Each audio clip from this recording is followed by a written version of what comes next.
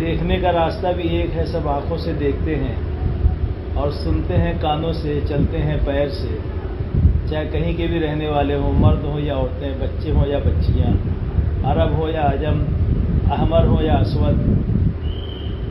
تو بالکل اسی طریقے سے سب کی نجات کا، فلاح اور فوز کا اور کامیابی کا راستہ بھی ایک ہی ہے، دو نہیں ہے، اور وہ راستہ اللہ ہی کی طرف سے بتایا گیا ہے محمد الرسول اللہ صلی اللہ علیہ وسلم کے ذریعے سے۔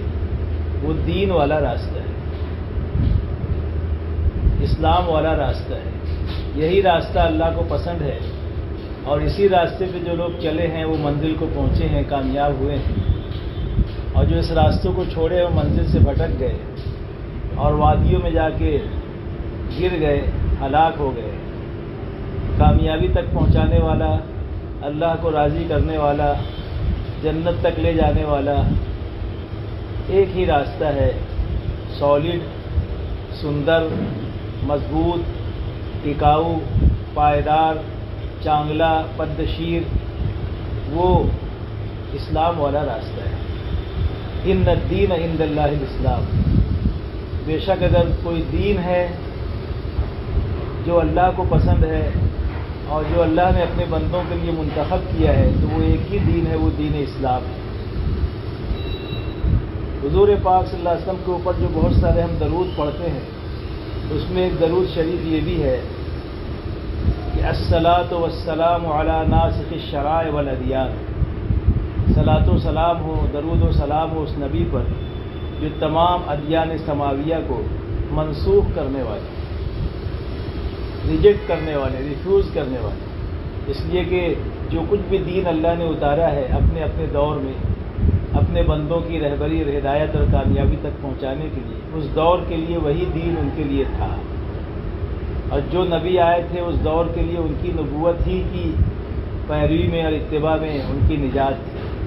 لیکن جب اللہ تعالیٰ نے خاتم الانبیاء کو بھیجا، سید الکونین کو بھیجا، کالی کملی والے، سنہری جالیوں والے، سبز گنبد کے مکین، وجہ تخلیق کائنات، حبیب رب العالمین، احمد مصطفیٰ، محمد مجتبیٰ، محمد الرسول اللہ صلی اللہ علیہ وسلم کو جب مبعوث فرمایا تو تمام ادیان کو منسوخ کر دیا، تمام ادیان سماویہ، جتنے بھی آسمان سے اتارے گئے مذہب اور دین تھے وہ سب کے سب اللہ تعالیٰ نے منسوخ کر دیے، سب ایکسپائر ہو گئے،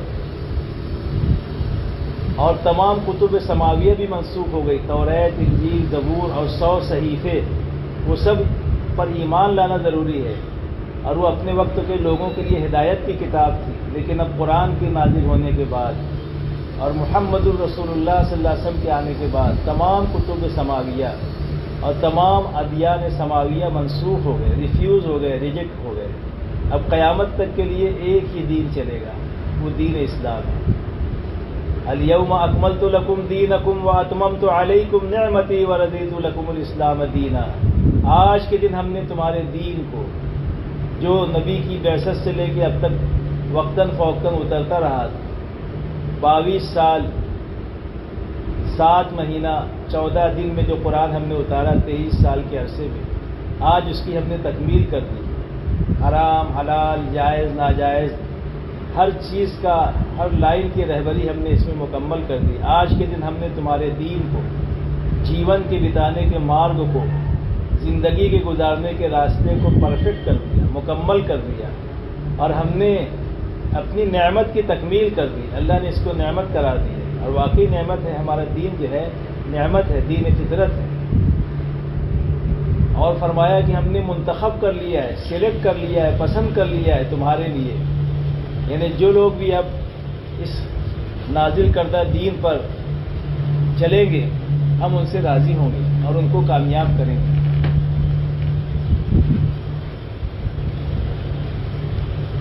اور فرمایا کہ ان الدین عند اللہ الاسلام، بے شک دین اگر کوئی ہے اللہ کے نزدیک تو وہ اسلام ہے، دین اسلام ہے۔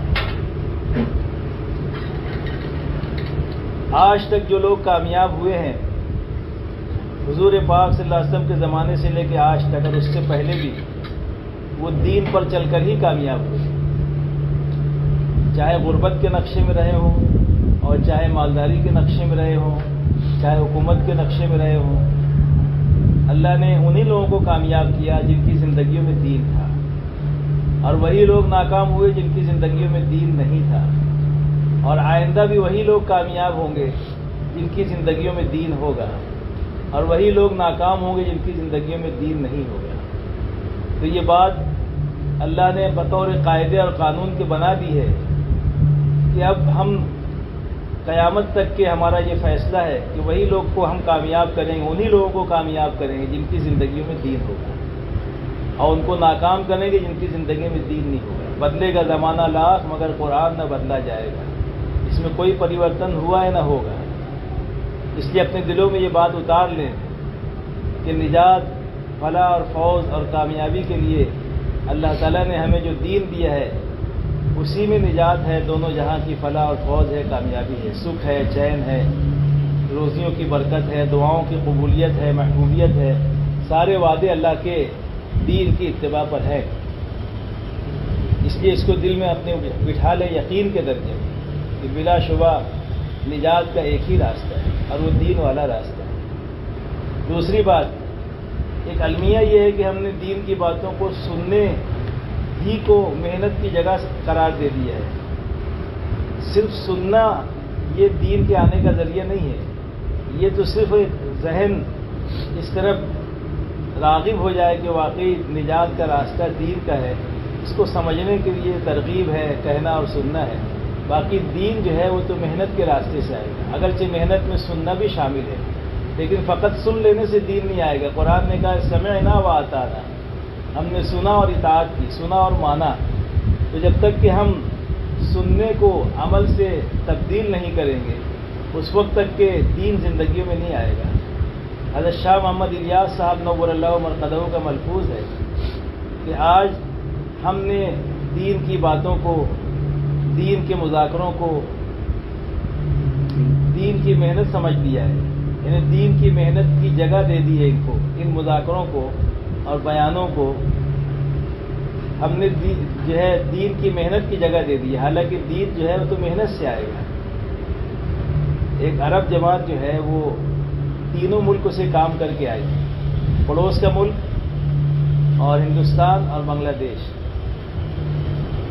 تو انہوں نے اپنی کارگزاری میں یہ کہا کہ پھر پڑوس میں جو ہے جہد کثیر، محنت بہت ہے، رائے کے اندر محنت بہت ہے، جہد بہت ہے۔ سن رہے کہ سو گئے؟ تھوڑی دیر میں نیند آنے لگتی ہے نا، تو تھوڑا جاگتے رہے، آنکھ بند کر کے سننے سے نیند آ جاتی ہے، اور سر جھکا کر سننے سے بھی بولو نا نیند آ جاتی ہے، اور ٹیک لگا کے بیٹھنے سے بھی نیند آ جاتی ہے۔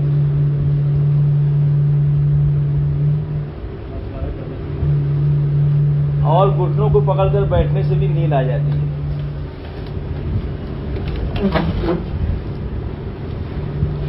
اس لیے گھٹنے چھوڑ کر اور آنکھیں کھول کر سنیں اور سر نہ جھکائیں، ٹیک نہ لگائیں۔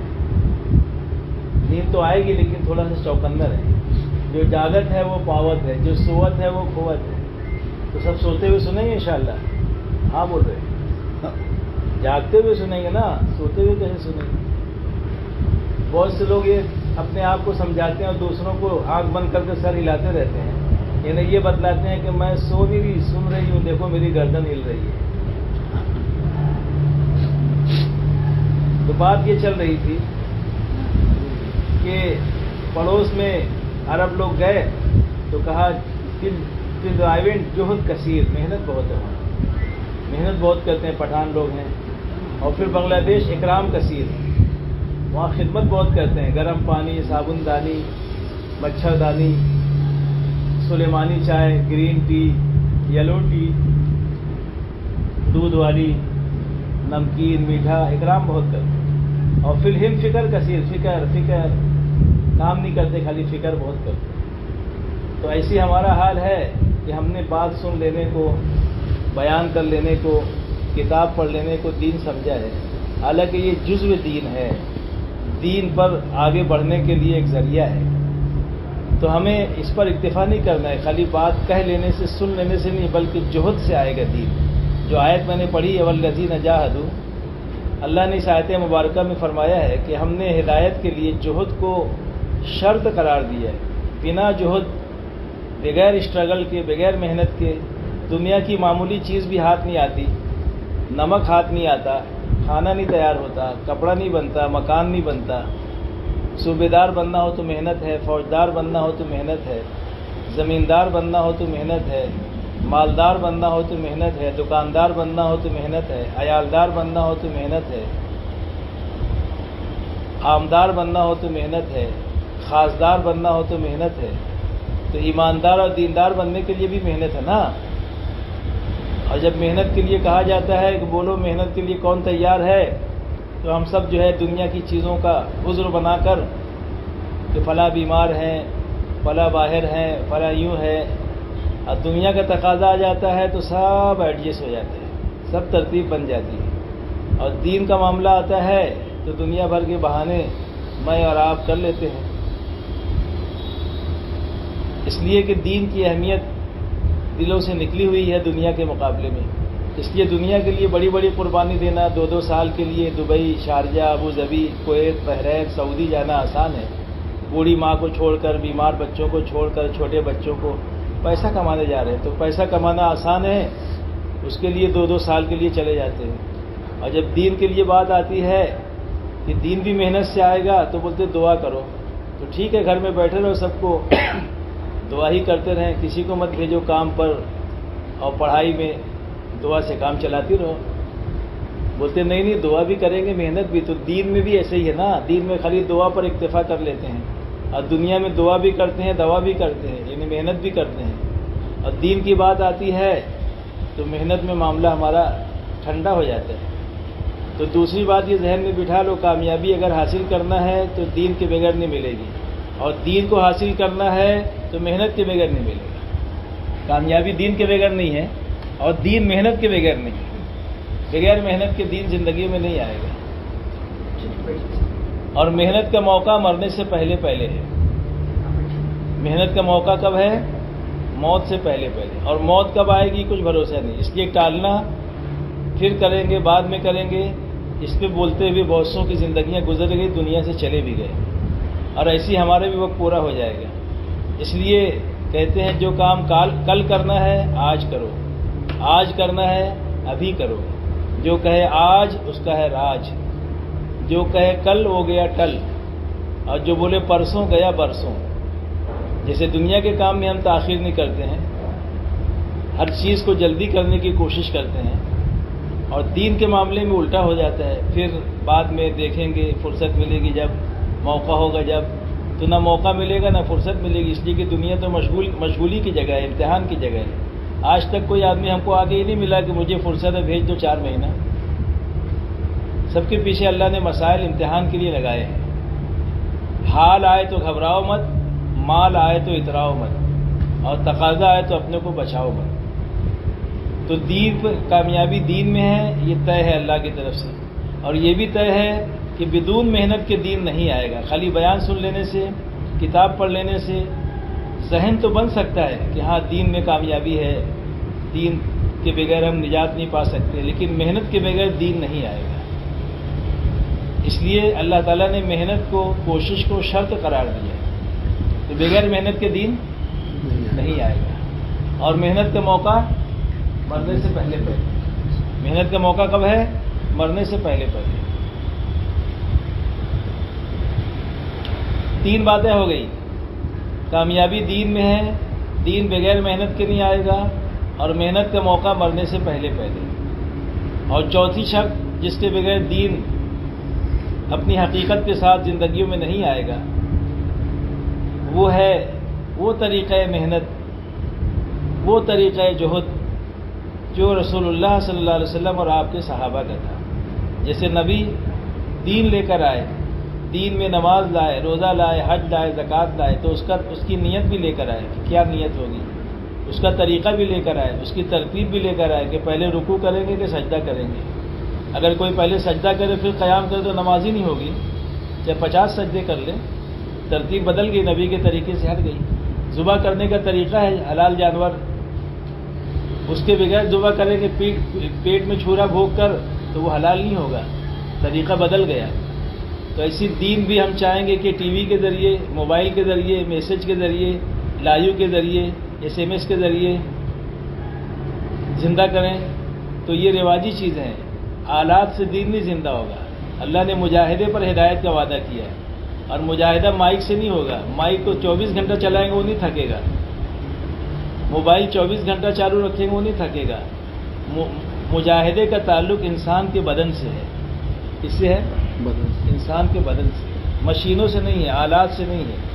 ہم چاہتے ہیں کہ آلات کے ذریعے دین زندہ ہو جائے جدید ترین طریقوں سے، تو اس میں وہ حقیقت نہیں آئے گی جو نبی کے طریقے پہ دین زندہ کرنے سے آئے گی.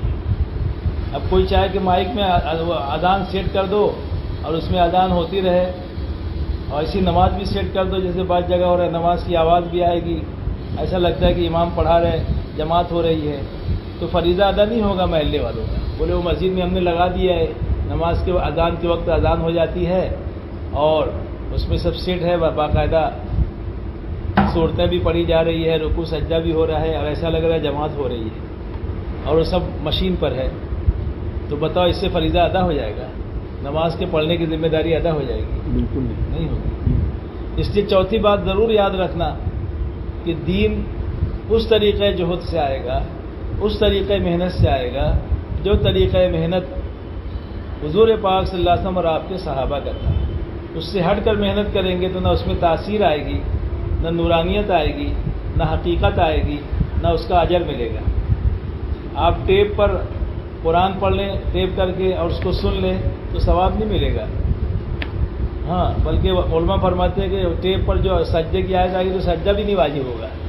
ہاں وہ تو ٹیپ ہے، انسان کے پڑھنے پر وہ سب چیز ہے. اس لیے جسم کا استعمال ہونا چاہیے. پھر مجاہدے میں بھی دو چیزیں مطلوب ہے. کوئی اگر چاہے مال والے کہ میں خالی مال دے کے دین زندہ کر دوں، مسجد بنا دوں، مدرسہ بنا دوں، تو ہم سے بڑے بڑے مالدار صحابہ تھے، انہوں نے تو ایسا نہیں کیا. مال بھی لگایا، جان بھی لگائی. صدیق اکبر کتنے بڑے مالدار تھے، 12 دکانیں کپڑے کی تھی. عبد الرحمن ابن عوف کتنے بڑے مالدار تھے، تو خالی مال نہیں لگایا. صرف مال کا مطالبہ نہیں ہے. لن تنالوا البر حتى تنفقوا مما تحبون. نیکی کے بلند درجے تک ہرگز نہیں پہنچ سکتے جب تک کہ تم اپنی محبوب چیز کو ہماری راہ میں قربان نہ کرو. جس کے پاس مال کم ہے تو اسے مال محبوب ہے، وہ چاہتا ہے کہ میرا مال خرچ نہ ہو، تو اس سے مال کا مطالبہ ہے. اور جس کے پاس وقت نہیں ہے، فرصت نہیں ہے، اس سے وقت کا مطالبہ ہے. تو مالدار کے لیے وقت دینا، غریب کے لیے مال دینا، یہ ہے محبوب چیز اس کی. تو دونوں کا مطالبہ ہے. جہاں بھی قرآن میں جہد کا لفظ آتا ہے تو وہاں اپنے جانوں کے ساتھ، اپنے مالوں کے ساتھ جہد کرو، کوشش کرو. یا ایھا الذین آمنوا هل ادلکم علی تجارۃ تنجیکم من عذاب علیم تؤمنون باللہ ورسولہ وتجاہدون فی سبیل اللہ باموالہم وانفسہم ان اللہ اشتری من المؤمنین انفسہم واموالہم بان لہم الجنہ. تو دونوں کا مطالبہ ہے. اس لیے طریقۂ جہد میں جان بھی لگے گی، مال بھی لگے گا، تب اس میں تاثیر آئے گی اور حقیقت آئے گی. بغیر جان مال لگائے اس میں جان نہیں پیدا ہوگی. تو 4 باتیں ذہن میں بٹھا لیں. کامیابی دین میں ہے، دین بغیر محنت کے نہیں آئے گا، محنت کا موقع مرنے سے پہلے ہے، اور اس طریقۂ جہد سے دین زندگیوں میں آئے گا جو طریقۂ جہد اللہ کے نبی اور صحابہ کا تھا. وہ کیا تھا؟ سارے نبیوں کا طریقۂ جہد مشترکہ تھا تقریباً. وہی طریقۂ جہد ہمارے نبی کا بھی تھا کہ ساری بگاڑ کے مقابلے میں، ساری بیماریوں کے مقابلے میں اللہ تعالیٰ نے جو روحانی ڈاکٹر اور جو معالج بھیجا تھا، یعنی اپنے نبی کو بھیجا تھا، تو کیا دوا دے کے بھیجا تھا؟ کتنی بیماریاں تھیں، تو دوا کون سی دی تھی کہ جاؤ سب سے پہلے دلوں کے اندر کی خرابی کو نکالو. اس لیے کہ یہاں سے خرابی پیدا ہوئی ہے، دل میں یقین کا بگاڑ آ گیا ہے، اس کو صحیح کرنا پڑے گا پہلے. اس لیے جا کر پہلے قلب پر محنت کرو اور قلب کے اندر سے مخلوق کے یقین کو نکالو. لا الہ کی جھاڑو پھیرو دل کے اندر، پھر الا اللہ آئیں گے. لا الہ کے جھاڑو سے مراد یہ ہے کہ اللہ کے ماں سوا جتنی چیزیں جو نظر آ رہی ہے وہ، اور جو نظر نہیں آ رہی ہے وہ، سب مخلوق ہے. اور کسی چیز کے ناکارہ ہونے کے لیے اتنا کافی ہے کہ وہ مخلوق ہے.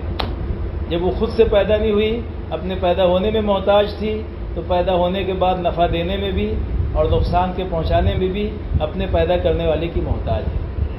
دوا اللہ نے بنائی ہے، اس میں شفا بھی اللہ نے رکھی ہے، لیکن دوا اسی کو شفا دے گی جس کو اللہ حکم دے گا شفا کرنے کی، جس دوا کو حکم ملے گا۔ وہ پوچھتی ہے دوا شفا کا ذریعہ بنوں یا نہ بنوں، اوپر سے جو حکم آتا ہے وہی دوا کرتی ہے۔ چنانچہ ہم دیکھتے ہیں ایک ہی ڈاکٹر ہے، دوا بھی ایک ہے، بیماری بھی ایک ہے، لیکن ایک مریض اچھا ہو گیا اور ایک مریض جو ہے وہ انتقال کر گیا۔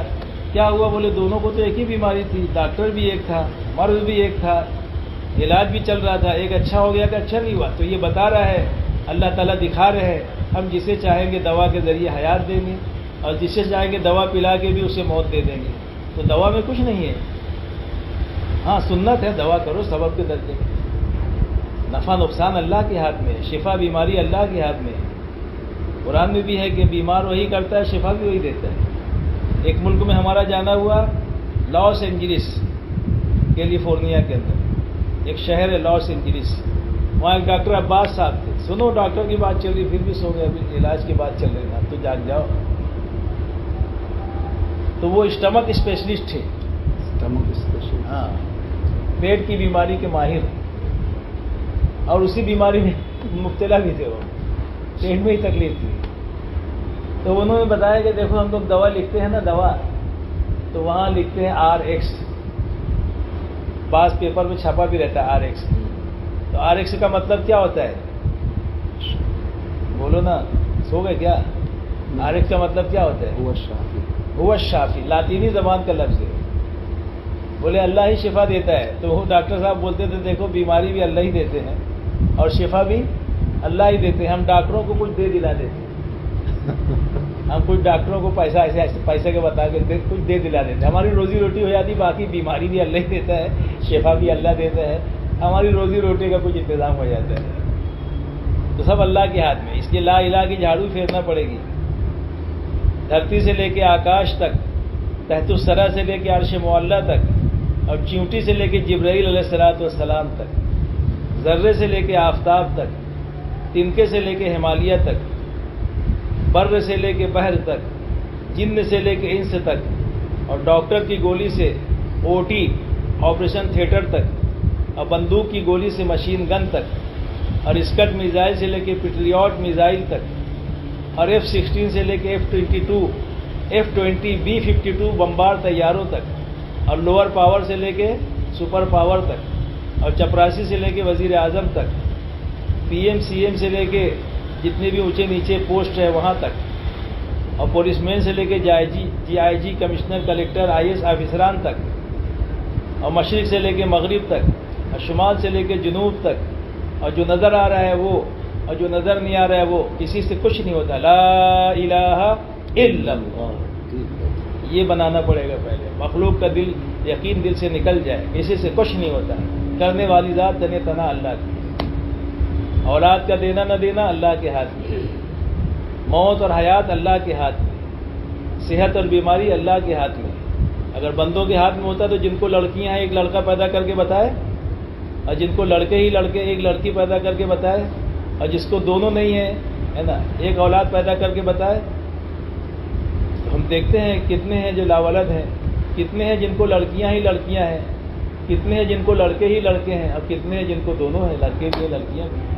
تو اللہ جس کو چاہتا ہے لڑکی دیتا ہے، جسے چاہتا ہے لڑکا دیتا ہے، اس میں جلال شاہ کمال شاہ کی مرضی کو دخل نہیں ہے۔ تو یقین اپنا اللہ کی ذات پر آئے، یہ سب سے پہلی شرط ہے زندگیوں میں دین کے لانے کے لیے، بنیاد ہے ایمان اسٹرانگ ہونا چاہیے، اور محمد الرسول اللہ کے ذریعے سے دل کا وجدان یہ بن جائے، دل کا فیتھ اور بلیف اور کانسیپٹ یہ بن جائے، اور یقین یہ بن جائے کہ جتنے زندگی گزارنے کے طریقے ہیں، چاہے کتنے ہی چارم فل، ایٹریکٹیو، بیوٹیفل، خوبصورت، دل کو لبھانے والے، اپنی طرف کھینچنے والے کتنے بھی ڈیکوریٹ ہو، وہ سب کے سب اللہ کو ناراض کرنے والے اور جہنم کی طرف لے جانے والے۔ ایک ہی راستہ ہے جنت میں لے جانے والا، محمد الرسول اللہ صلی اللہ علیہ وسلم۔ اس کا یقین دل میں آ جائے۔ ان کی تہذیب ان کے ہاتھوں خود خوشی کرے گی، ان کی تہذیب ان کے ہاتھوں خود خوشی کرے گی، جو شاخ نازک پہ آشیانہ بنے گا ناپائیدار ہوگا۔ یورپ میں تو مغرب میں جا کے سورج بھی ڈوب جاتا ہے، اور ہم سب مغرب کے اتباع میں ایسے دیوانے ہیں جو اسی کے پیچھے دوڑ لگا رہے ہیں۔ جو کتوں کے پیچھے چلنے والی قوم ہے اس کے پیچھے ہم بھی چل رہے ہیں۔ ہم کو تو اللہ نے مقدس زندگی، حیات طیبہ، پیاری زندگی، پاکیزہ زندگی عطا فرمائی تھی، اس کو چھوڑ کر ہم کہاں کہاں بھٹک رہے ہیں۔ اور یہی ہو رہا ہے، جب دین صحیح راستہ نہیں سامنے آئے گا تو لوگ ڈائیورشن استعمال کریں گے۔ اسلام لوگوں کے سامنے ہم نہیں پیش کر رہے ہیں تو لوگ غلط راستے میں جا رہے ہیں۔ آج ہم نے محنت چھوڑ دی تو پہلا نقصان یہ ہوا کہ ہماری لڑکیاں مرتد ہو رہی ہیں، غیروں کے ساتھ جا رہی ہیں، اور لڑکوں کا بھی کچھ حال اچھا نہیں ہے، دیہاتوں کا حال بھی کچھ اچھا نہیں ہے۔ جن کا نام کل تک کے صادق پور تھا اور محمد آباد تھا، احمد پور تھا، اب وہاں کوئی مسلمان نہیں رہا، کیونکہ ہم نے محنت چھوڑ دی، مسجدیں ویران ہو گئی۔ جب کھیتی پہ محنت چھوڑ دی جائے گی، دکان پر محنت چھوڑ دی جائے گی، تو وہ تو بنجر ہو جائے گی نا۔ وہ تو کیا کرنا چاہیے، جو بڑی بڑی عمارتیں تھیں کھنڈر بن گئی، کیا بن گئی؟ کھنڈر بن گئی۔ تو اسلام کی محنت ہم نے چھوڑ دی تو ارتداد کی ہوائیں چل رہی ہیں۔ وہ ممالک جو کل تک اسلامی مملکت کہلاتے تھے، ہم نے اپنی آنکھوں سے دیکھا، واشنگٹن ڈی سی کے اندر 65 اسلامی ملکوں کے جھنڈے لہرا رہے تھے 1986 میں، اور آج 30 سال کے بعد 10 جھنڈے اتر گئے، اب صرف 55 حکومتیں رہ گئی، وہ بھی نام کی رہ گئی۔ اور جو ممالک افریقہ کے 98% 90% مسلم ملک تھے، وہ 60% عیسائی ہو گئے، 40 بچے، اور کہیں 40 عیسائی ہو گئے، 60 بچے۔ محنت چھوڑ گئی، ارتداد آ گیا، دوسرے اسلام کا پھیلنا بند ہو گیا۔ ہم نے محنت چھوڑ دی تو اسلام کا پھیلنا بند ہو گیا۔ تیسرے، خود ہمارا اسلام پہ باقی رہنا مشکل ہے۔ ہمارے گھر میں نماز نہیں ہے، باپ پڑھ رہا ہے تو بیٹی نہیں پڑھ رہی ہے، ماں پڑھ رہی ہے تو بہو نہیں پڑھ رہی ہے، ماں باپ پڑھ رہے ہیں تو اولاد نہیں پڑھ رہی ہے۔ بہت کم گھر ہیں جو 100% نماز پڑھتے ہیں۔ ہمارے گھروں سے دین نکل کر ہمیں کوئی اس کی فکر نہیں ہے۔ دین کی محنت چھوٹے گی تو فرائض امت سے نکل گئے، خود دین پہ چلنا مشکل ہو گیا دینداروں کا۔ شادیوں میں گانے بج رہے ہیں، اب کسی کو احساس نہیں ہے، ابھی ان شادیوں میں کہاں سے خیر آئے گی، جس میں اللہ کا حکم ٹوٹے گا، نبی کا طریقہ چھوٹے گا، فضول خرچی ہوگی، اس میں خیر کیسے آئے گی؟ پھر رات دن جھگڑے ہی ہوں گے گھروں میں۔ تو دین کی محنت چھوٹی تو ہمارے لوگ دین سے نکلنا شروع ہو گئے۔ 10 لاکھ لڑکیاں غیروں کے پاس جا چکی صرف ہندوستان میں، یہ جو ہمارے علموں میں ہے، اس کے علاوہ کتنی ہوگی ہم کو نہیں پتا۔ ہم نے کالج بھیج کے سمجھا ہے کہ ہم نے بہت ان کو ڈگری دلا دی، وہ گئے اسلام سے، کالج سے گئے، اسلام سے گئے۔ ہم سودا کر رہے ہیں اپنی آخرت کا، دنیا بنانے کے لیے۔ ٹھیک ہے، دنیا بنانا منع نہیں ہے، تم شوق سے کالج میں پڑھو، چرخ پہ جھولو، جائز غباروں پہ اڑو، پارکوں میں کھیلو، لیکن بندہ عاجز کا رہے ایک سخن یاد، اللہ کو اور اپنی حقیقت کو نہ بھولو۔ لیکن ماحول ایسا بنا ہوا ہے کہ اچھے اچھے دینداروں کا دینداری پہ باقی رہنا مشکل ہو گیا۔ تو ایک نقصان یہ ہوا کہ مرتد ہونا شروع ہو گئے تیزی سے۔ چند لوگوں کے اسلام لانے پہ ہم خوش ہیں کہ فلاں جگہ اتنے آئے، یہ نہیں دیکھ رہے لاکھوں جو مرتد ہو رہے، وہ بھی دیکھو نا، دونوں رخ ہے نا۔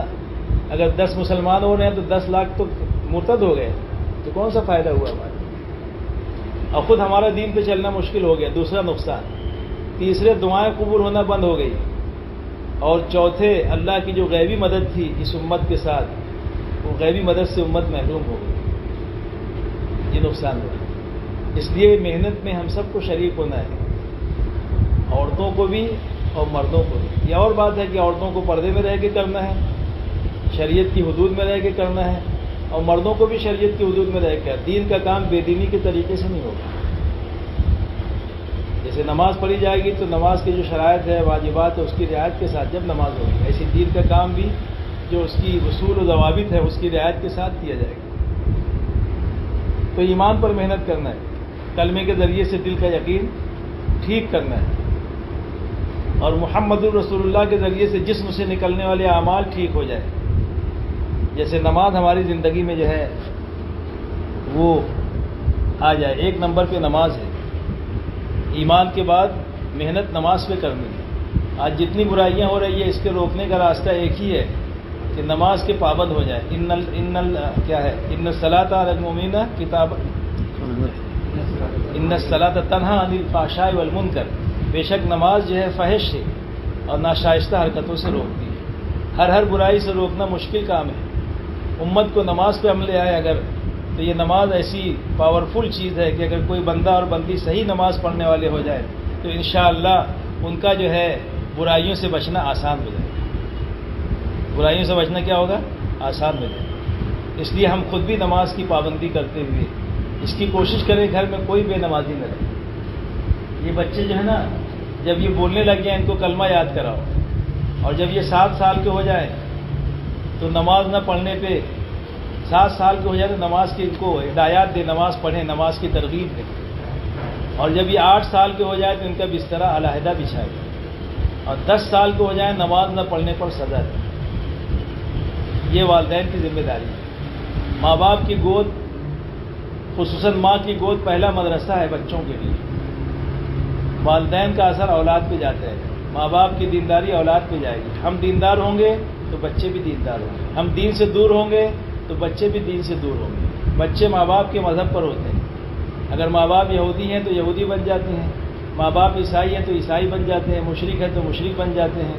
باقی پیدا ہوتے ہیں اسلامی فطرت پر. اس لیے کہ یہ سب عالم ارواح میں اقرار کر کے آئے کہ الست بربکم قالوا بلی.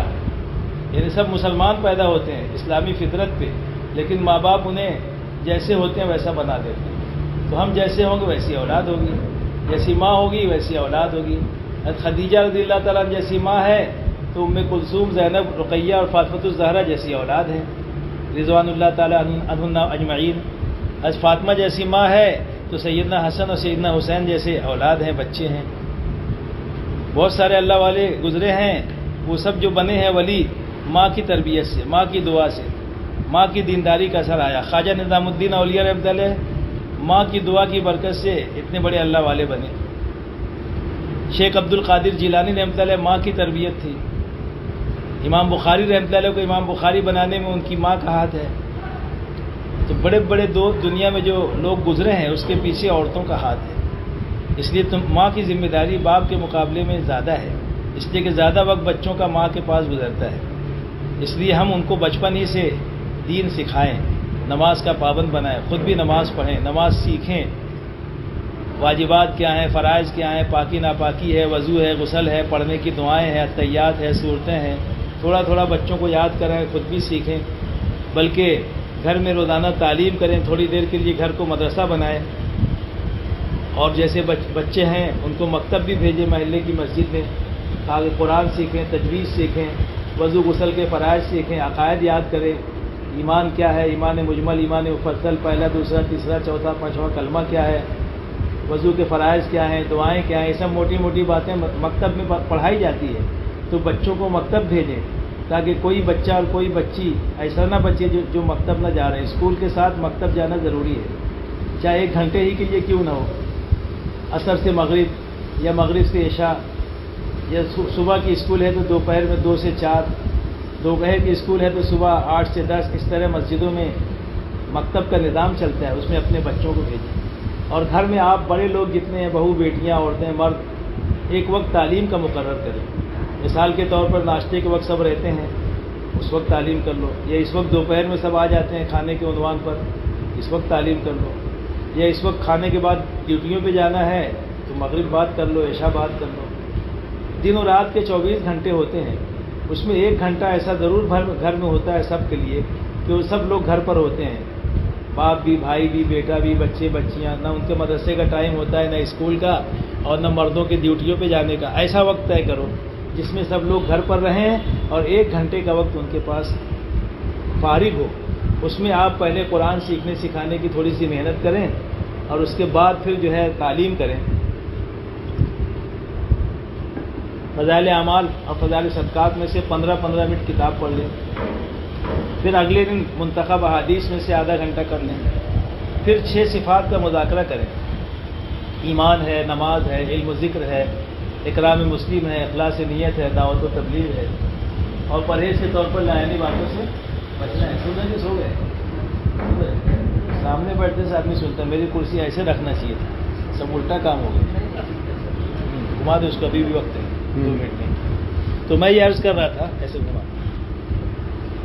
کہ 6 نمبر کا مذاکرہ ہو. تیسرا عمل کیا ہو؟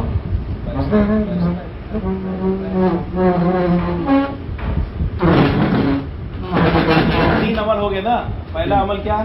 تجوید کا حلقہ,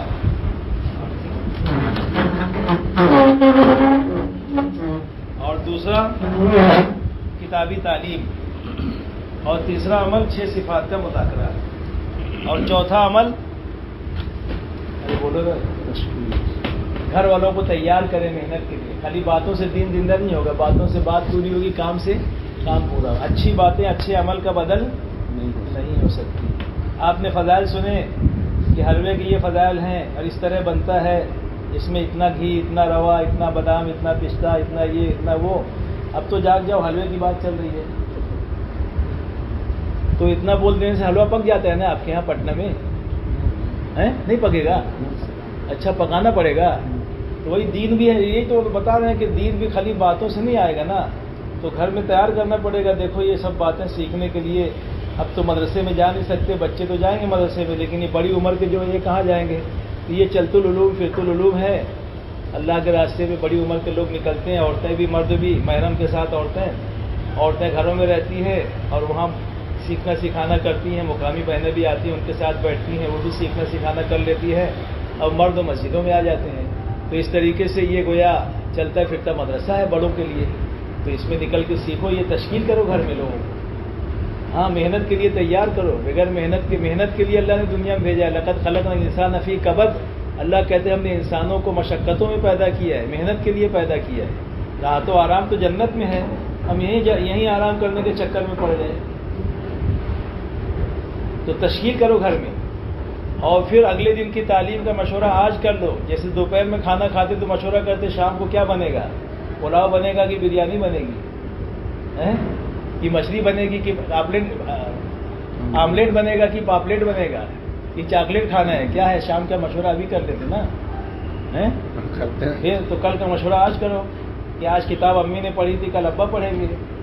آج 6 نمبر کا مذاکرہ بھابھی نے کیا تھا, کل بہن کرے گی.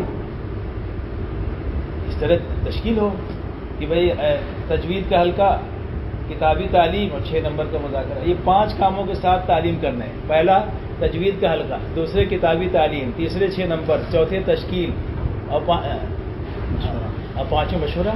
اب مشورہ 3 چیزوں کا ہوگا, تجوید کا حلقہ, کتابی تعلیم اور 6 نمبر کا مذاکرہ. اور بچوں کو مکتب بھیجو. اور آپ لوگ یہ ہفتہ واری اجتماعی تعلیم ہر ہفتے ہوتی ہے نا یہاں پر؟ نہیں, سمن پورہ میں ہوتی ہے. چلو جہاں بھی ہوتی ہو, مستورات کی ہفتہ واری اجتماعی تعلیم بھی ہوتی ہے, ہفتے میں 1 دن, دوپہر میں 2:30 سے 4. اپنے محلے میں اگر ہوتی ہے تو اس میں ضرور شرکت کریں, اور نہیں ہوتی ہے تو جماعت آ جاتی ہے تو 2 دن ہو جاتا ہے. جیسے آج یہاں جماعت ہے, کل وہاں چلی جائے گی سمن پورہ, کل وہاں جماعت رہے گی, وہاں تعلیم ہوگی. تو اس میں بھی شرکت کرو, اجتماعی تعلیم میں. تو اس طریقے سے سیکھنے سکھانے کا دین کا یہ طریقہ ہے. تعلیم کے ذریعے, ہفتہ واری اجتماعی تعلیم کے ذریعے اللہ کے راستے میں نکل کر. تو نماز بھی سیکھنا پڑے گی, قرآن بھی سیکھنا پڑے گا, دعائیں یاد کرو چھوٹی چھوٹی, صبح شام اللہ کا ذکر کرو, تیسرا کلمہ درود شریف, استغفار, فجر کے بعد, عصر کے بعد. اس سے گھر اعمال سے آباد ہوں گے. نماز ہے, تلاوت ہے, تعلیم ہے, ذکر ہے, سیکھنا سکھانا ہے, یہ سب وہ اعمال ہیں جو صحابہ کے زمانے میں ہوتے تھے. تو اپنے گھر بھی اعمال سے آباد ہو جائیں, ہمارے گھر بھی اعمال سے معمور ہو جائیں.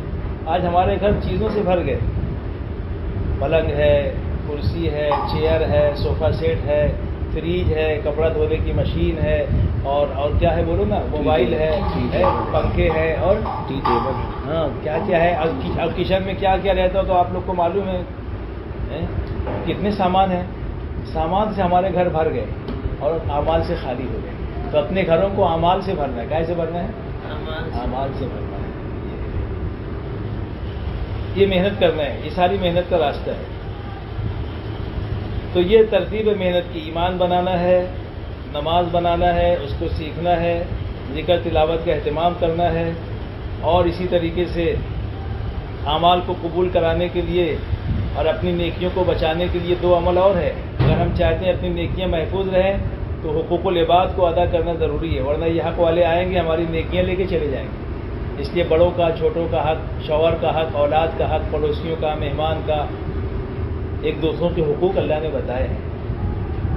بندوں سے متعلق جو احکامات اللہ نے دیے ہیں اس کو حضور پاک صلی اللہ علیہ وسلم کے طریقے کی پابندی کے ساتھ پورا کرنا ہے، اور اس میں مسلمانوں کی نوعیت کا لحاظ رکھنا ہے، جس کا جو مقام مرتبہ ہے اس کے لحاظ سے ان کے حق کو ادا کرنا ہے، تو نیکی محفوظ رہے گی۔ اور اپنی نیکیوں کو قبول کرانا ہو تو اخلاص شرط ہے۔ کیا شرط ہے؟ ہاں، اخلاص انہیں اللہ کے لیے کرنا۔ کس کے لیے کرنا؟ اللہ کے لیے کرنا، مخلوق کے لیے نہیں، نام و نمود اور شہرت کے لیے نہیں، اللہ کے لیے کرنا۔ تو یہ ہے ترتیب محنت کی۔ پہلی بات کیا کہی تھی میں نے؟ کامیابی دین میں ہے، دین محنت کے بغیر نہیں آئے گا، محنت کا موقع مرنے سے پہلے پہلے، اور اس طریقے محنت سے دین آئے گا جو طریقہ محنت نبی اور صحابہ کا تھا۔ تو یہ طریقہ محنت تھا، ایمان پر محنت، نماز پر محنت، علم پر محنت، ذکر پر محنت، حقوق العباد پر محنت، نیت کے صحیح کرنے پر محنت، اور اپنے جان و مال کو صحیح جگہ لگانے پر محنت۔ صحابہ نے، اللہ کے نبی نے اپنے جان و مال کو اعلاء کلمت اللہ پر اور دین کی نشر و اشاعت پر لگایا۔ اس پہ لگایا، ہاں۔ اس کے بعد بچتا تھا تو اپنا جو مخلوق کا حق ہے، جیسے یتامہ پر، بیواؤں پر، غربا مساکین پر، پڑوسیوں پر، مہمانوں پر، قیدیوں کے آزاد کرنے پر، اور یتیموں پر، ضرورت مندوں پر لگایا۔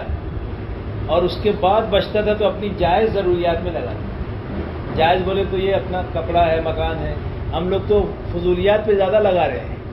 ضروریات تو یہی ہے، بس 5 ضرورت ہے: کپڑا، کھانا، مکان، نکاح، سواری۔ باقی اپن اگر اس کو فضولیات بولیں گے تو وہی اس میں لگ رہا ہے، موبائل کے ریچارج پر، موبائل پر، خواہشات پر، اور تفریحات پر، اور کھیل کود پر، پتہ نہیں کہاں کا مال لگ رہا ہے، اور لاکھوں کی تو اس میں لگ رہا ہے، شادی بیاہ پر، جبکہ وہ شادیاں جس میں کم خرچ ہو، جس میں سادگی ہو، جس میں لوگوں کو تکلیف کم ہو، وہ خیر و برکت والا نکاح ہے۔ ہاں، اس کے برعکس جو ہوگا اس میں خیر و برکت کہاں سے آئے گی؟ اس لیے محنت کا یہ طرز بتایا ہے اللہ کے نبی نے اور صحابہ نے کہ جان و مال کہاں لگایا؟ وقت اور مال دین کے اوپر لگایا۔ اپنی زندگیوں میں بھی دین لانے کی محنت کی، اور امت کے اندر بھی دین کی فکر کی، اور اس پیغام کو لے کر باوجود اس کے کہ غریب غربت میں رہ کر، تاجر تجارت میں رہ کر، اور مالدار مالداری میں رہ کر، جوان اپنی جوانی میں، بوڑھے اپنے بڑھاپے میں، اور بہت سارے معذور بھی تھے، لگڑے تھے، نابینا تھے، لیکن یہ ساری معذوریوں کے باوجود دین کے راستے میں نکلنے میں کوئی بھی صحابی پیچھے نہیں ہے۔ جب دین کا تقاضا آیا، عورتیں بھی پیش رہی ہیں۔ پہلی ہجرت جو ہوئی حبشہ کی، اس میں 4 یا 5 عورتیں تھیں اور 12 یا 13 مرد، اور حبشہ کی دوسری ہجرت جو ہوئی ہے اس میں 18 عورتیں تھیں اور 83 مرد تھے۔ اور مدینہ منورہ کی جو ہجرت ہوئی ہے تو تمام ایمان والیاں صحابیات اور تمام ایمان والے صحابہ سب مکہ مکرمہ چھوڑ کے کہاں گئے؟ مدینہ۔ عورتیں بھی گئی، مرد بھی گئے، تینوں ہجرت میں عورتیں مرد دونوں شامل ہیں۔ پھر احد کے اندر حضرت عائشہ رضی اللہ تعالیٰ عنہ بھی شریک تھی، اور انس ابن مالک کی والدہ بھی شریک تھیں اور پیاسوں کو پانی پلا رہی تھی۔ اور خیبر میں 6 عورتوں کے ساتھ ام زیاد رضی اللہ تعالیٰ عنہ نے شرکت کی۔ قادسیہ میں حضرت خنسہ رضی اللہ تعالیٰ نے 4 جوان بیٹوں کے ساتھ شریک ہوئی۔ ام عمارہ اپنے شوہر اور اپنے بیٹوں کے ساتھ کئی غزوات میں، احد میں، خندق میں، احزاب میں، حدیبیہ میں، عمرۃ القضا میں، یمامہ میں، ان غزوات میں شریک ہوئی۔ ام حرام رضی اللہ تعالیٰ عنہ غزوۃ البحر میں جو 18 ہجری میں امیر معاویہ کی سرپرستی میں اس میں شریک ہوئی اور شہید ہوئی ام حرام رضی اللہ تعالیٰ عنہ۔ ام ورقہ ابن نوفل بدر میں فرما رہی اللہ کے نبی سے کہ مجھے بھی بدر میں چلنے کی اجازت دیں، میری تمنا ہے کہ میں اللہ کے راستے میں شہید ہو جاؤں۔ بوڑھی عورت کی تمنا ہے جان دینے کی، اور یہاں وقت کا مطالبہ ہوتا ہے تو ہم سوچ میں پڑ جاتے ہیں۔ ٹھیک ہے، اگر بچے چھوٹے ہیں تو دادی کے پاس، نانی کے پاس، پھوپھی کے پاس، خالہ کے پاس، یا ان کو بلا لو اپنے گھر، وہ سنبھال لیں 3 دن، یا ان بچوں کو ان کے گھر بھیج دو، وہ سنبھال لیں، اسکول لانا لے آنا، کھانا پینا کچھ نظام سنبھال لیں۔ جیسے حج کو جاتے ہیں، کوئی ضروری کام آتا ہے تو جانا پڑتا ہے، دوا علاج کے لیے تو بچوں کو کسی کے پاس رکھ کر جاتے ہیں، یا ان کی خالہ کو، پھوپھی کو، دادی کو بلا لیتے ہیں، یا ان کو ان کے پاس بھیج دیتے ہیں۔ کچھ نہ کچھ بندوبست کرتے ہیں نہ یہ کہ بہانہ کر کے ہم جو ہے اس کام ہی کو نہ کریں جو اہم کام ہے۔ تو رکاوٹیں تو آئے گی، رکاوٹوں میں ہی کرنا ہے۔ حالات تو سب کے ساتھ لگے ہوئے، نرم گرم، بیماری آرامی، سردی گرمی، دکھ سکھ، یہ اللہ کی طرف سے اور بندوں کا امتحان ہے۔ بندوں کا صبر کا بھی امتحان ہے حالات میں، اور اچھا حال ہے تو شکر کا امتحان ہے، اور دونوں پہ اللہ کی طرف سے کامیابی کا وعدہ ہے۔ صابر کے لیے بھی جنت کا وعدہ ہے اور شاکر کے لیے بھی، صابرہ کے لیے بھی اور شاکرہ کے لیے بھی۔ جن کا نام شاکرہ اور صابرہ وہ نہیں، جو صبر کرنے والی ہیں وہ، اور جو شکر کرنے والی وہ تو سمجھیں گے چلو اپنا تو ہو گیا، اپنا نام صابرہ ہے اور شاکرہ ہے تو اپنی تو جنت ہو گئی۔ ہاں، تو یہ صابرہ اور شاکرہ یعنی جو صبر کرنے والیاں ہیں اور جو شکر کرنے والی ہیں ان کے لیے جنت کا وعدہ ہے۔ اور دو حال ہر ایک پہ آتا ہے، تکلیف کا حال آیا تو صبر کرو، اللہ کے فیصلے پہ راضی رہو، تقدیر پر تو اس پر بھی اجر ہے، اور اللہ اچھا حال رکھے تو شکر ادا کرو، اس میں اللہ کا حکم پورا کرو نعمتوں میں۔ تو شکر کرنے والوں کے لیے بھی لئن شکرتم لازیدنکم کا وعدہ ہے کہ ہماری نعمتوں کا شکر ادا کرو، ہم اس میں اضافہ ہی کرتے رہیں گے۔ اس لیے اس سے متاثر نہیں ہونا ہے، اس کا انتظام۔ ہاں، اگر وہ بچے جو ابھی روٹی کھانا شروع نہیں کیے ہیں، 2 سال کے نہیں ہوئے ہیں، 2-2.5 سال کے اگر ہو گئے، 2-2.5 سال کے اگر ہو جائے، خیر کوئی بات نہیں، تو 2-2.5 سال کے اگر ہے تو اس کو چھوڑ کے نہیں جانا ہے۔ ہاں، جب وہ روٹی کھانے لگ جائیں اور ان کے سنبھالنے کے لیے دادی ہے، نانی ہے، پھوپھی ہے، خالہ کوئی نہ کوئی اور خاتون ہے، پھر اس کو ان کے پاس چھوڑ کے 3 دن کے لیے جائیں۔ لیکن جو ابھی بچے روٹی کھانا شروع نہیں کیے ہیں اور ابھی چھوٹے ہیں تو اس وقت تک آپ نہ نکلیں، جب وہ 2 سال کے ہو جائے یا 2.5 سال کے ہو جائے پھر نکلیں۔ اور اگر بچے چھوٹے ہیں تو جو دادی ہے، نانی، وہ چلی جائے بیٹے کے ساتھ، پوتے کے ساتھ، نواسے کے ساتھ۔ دیکھو کئی رشتہ داری جن کے ساتھ آپ جا سکتی ہو، اعلیٰ درجہ یہ کہ شوہر کے ساتھ نکلو، ان کے ساتھ نہیں جا سکتے، کوئی عذر ہے تو بیٹا ہے، سوتیلا بیٹا ہے، بھائی ہے، اسی طریقے سے چچا ہے، ماموں ہے، نانا ہے، دادا ہے، پوتا ہے، نواسا ہے، داماد ہے، سسر ہے، ان کے ساتھ آپ جا سکتے ہیں۔ اس لیے 3 دن میں جانے میں کوئی مسئلہ نہیں ہے، بس یہ محرم ہونا چاہیے، شرعی محرم ہو، 1 چھوٹے بچے بچیوں کو نہ لے جائیں، 2 شرعی برقع اور شرعی لباس سیدھا سادہ پہن کے جائیں، 3 زینت اختیار نہ کریں، سادگی کے ساتھ جائیں، بجنے والا زیور نہ پہنیں، بس اس طریقے سے خروج ہو جائے۔ اور 6 جوڑے سے زیادہ نہ جائیں، 6 مرد 6 عورتیں، یا 6 مرد 7 عورتیں، اس سے زیادہ تعداد نہ ہو۔ اور اگر بچہ کے ساتھ جا رہی ہے تو وہ 18 سال سے کم عمر کا نہ ہو، جو آپ کے لیے محرم بن کے جائے گا، بیٹا ہو، بھتیجا ہو، بھانجا ہو۔ اور اگر بیٹی کو لے آنا چاہے تو 12 سال کی سے کم چھوٹی نہ ہو، 12 سے کم کی نہ ہو، 12 سال کی عمر کم سے کم۔ 1 بیٹی ہو لے جائے، 2 ہو تو دونوں کو ساتھ میں لے جائیں، 2 بیٹیاں اور ماں، یہ 3 ہو گئے، اور تینوں کے لیے اس کے ابا، بچیوں کے ابا اور بیوی کے شوہر، وہ دونوں کے لیے محرم ہو گئے۔ تو اس طریقے سے باپ کے ساتھ بچیاں جائے گی تو ماں باپ دونوں ساتھ میں ہو گئے اور دونوں بچیاں رہے گی۔ تو اس طریقے سے 3 دن کی جماعت کل سے بن رہی ہے ماشاءاللہ۔ ابھی ہم جہاں سے آئے وہاں سے بھی ابھی خبر آئی کہ 4 جوڑے 5 عورتیں نکلی ہیں، لیکن 1 جوڑا اور ابھی پہنچے گا تو 5 عورتیں، 5 مرد 6 عورتیں ہو جائیں گی۔ تو اب یہاں سے بھی جماعت بن جائے، اتنی مستورات آئی ہیں تو کل اپنے شوہر کے ساتھ جانے کے لیے یہیں تیاری کر کے آ جائیں، صبح 7:30 بجے اسی مکان میں، اور مرد مسجد میں آ جائیں، پھر مردوں کے ساتھ ہم یہاں آ جائیں گے، تھوڑی سی بات ہوگی، دعا ہوگی، اور جو رخ طے ہو جائے گا پٹنہ ہی کے آس پاس میں 15-20 کلومیٹر کے رینج میں، وہاں جماعت چلی جائے گی۔ اس لیے ارادہ کریں کہ کل سے 3 دن اپنے شوہر کے ساتھ، بیٹے کے ساتھ، بھائی کے ساتھ، یا جو بھی محرم موجود ہو گھر میں اس کے ساتھ 3 دن کے لیے بتاؤ۔ اور چلے 4 مہینے کی جماعت تو اکثر محلوں سے بنتے ہی رہتی ہے، اس کے لیے بھی نام دے دو کہ میرے گھر سے 4 مہینے کے لیے فلاں فلاں جائے گا۔ ایک تو 4 مہینے کے لیے بھی نام دو، اور دوسرے 3 دن کے لیے کل سے اپنے محرم کے ساتھ، یہ 2 تشکیل ہو جائے۔ اب حلقہ لگا کے تشکیل کر لیں، 4.25 کلہ ولک الشکر کلہ ولک الملک کلہ ولک الخلق کلہ بیدک الخیر کلہ والیک یرجع الامر کلہ نسألک من الخیر کلہ ونعوذ بک من الشر کلہ۔ اللہ لا الہ الا هو الحی القیوم، الف لام میم، اللہ لا الہ الا هو الحی القیوم، وعنت الوجوہ للحی القیوم، لا الہ الا انت سبحانک انی کنت من الظالمین، یا حنان یا منان یا ذا الجلال والاکرام، یا ربنا ویا غایت رغبتنا ویا خالق انفسنا ویا مولانا ویا سیدنا، ربنا ظلمنا انفسنا وان لم تغفر لنا وترحمنا لنكونن من الخاسرین۔ اللهم اجعلنا هادين المهتدين غير الضالين ولا مضلين۔ اللهم ارنا الحق حقا وارزقنا اتباعه وارنا الباطل باطلا وارزقنا اجتنابه۔ اللهم أيدنا بتأييدك اللهم أيدنا بتأييدك اللهم اجعلنا من الذين يجاهدون في سبيلك حقا يأمرون بالمعروف وينهون عن المنكر ولا يخافون لومة لائم اللهم آت نفوسنا تقواها وزكها أنت خير من زكاها أنت وليها ومولاها اللهم واحد صفوف المسلمين في مشارق الأرض ومغاربها اللهم انصر الإسلام وأنصاره وأذل الشرك وأشراره ربنا لا تزغ قلوبنا بعد إذ هديتنا وهب لنا من لدنك رحمة إنك أنت الوهاب یا حی یا قیوم برحمتک نستغیث۔ اے اللہ ہم سب کے گناہوں کو معاف فرما، ہماری خطایا سے درگزر فرما، ایمان کی حقیقت ہمارے دلوں میں راسخ فرما، ہمارے ایمان میں کمال پیدا فرما، نمازوں میں اپنا دھیان عطا فرما، نفع دینے والے علم عطا فرما، ذکر کرنے والی زبان اور شکر کرنے والا دل اور اطاعت کرنے والا بدن عطا فرما، بہترین اخلاق ہم اندر پیدا فرما، اخلاص کے دولت سے مالا مال فرما، دین کی محنت کے لیے ہمیں بھی ہمارے اہل ویال کو، خاندان کو، گھر کے ہر فرد کو اے اللہ قبول فرما، پوری امت کو اس